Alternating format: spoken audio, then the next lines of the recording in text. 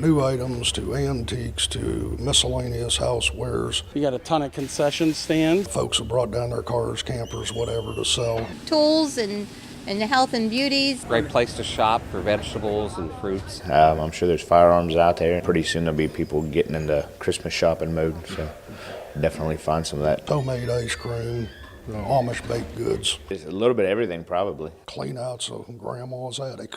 We bring a pickup truck usually, and it seems like it never goes home empty. You got to leave it up to your imagination because you could just about find anything out here. Everything from soup to nuts. And it can all be found here at the Rogers Community Auction and Flea Market. Ken Bayer is president. Businesses from Calcutta, Lisbon, Columbiana, they all watch the weather. If we're going to have a big day, they put on extra help. I've had gas stations tell me from as far as 50 miles away it impacts their business. He says the market encompasses about 250 acres of land with 75 acres just for parking, making it the largest open-air market in the tri-state area. Roughly 1,500 spots outdoors and around 350 spots indoors, 3 auctions that run every Friday, and numerous auctions through the middle of the week. The market sees about 50,000 guests every Friday, but Bayer says that number can grow to around 100,000 during a holiday weekend. It's seen visitors from all 50 states, but most come from a 150-mile radius. I had a call from one secretary laughing that this fellow needed directions, and got on the phone. I said, "Where are you coming from?" He said, "California." I said, "Well, once you get to Ohio, I can help you out. From California to here, I have no idea."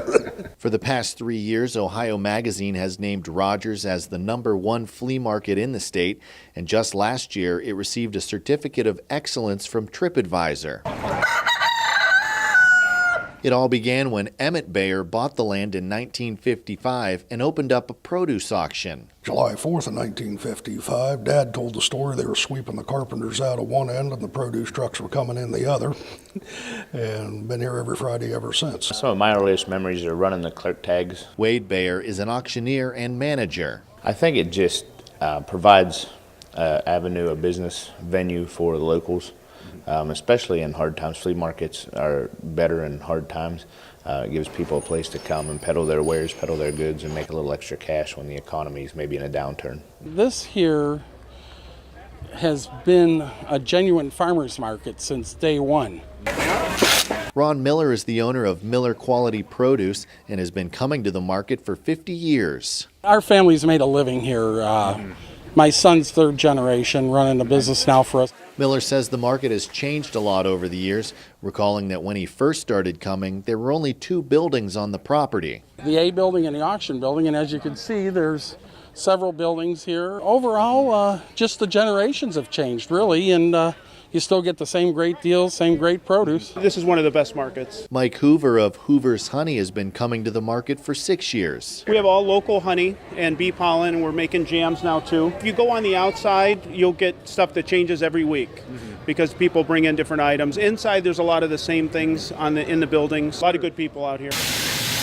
We've got 50 to 75 food vendors on the lot at any particular time. Get my onions down here, my green peppers, my mushrooms. One of those vendors is C&M Concessions. Cindy Graffis runs the stand. We started coming about 90, 92, something like that. You never know what you're going to find. It's awesome looking around.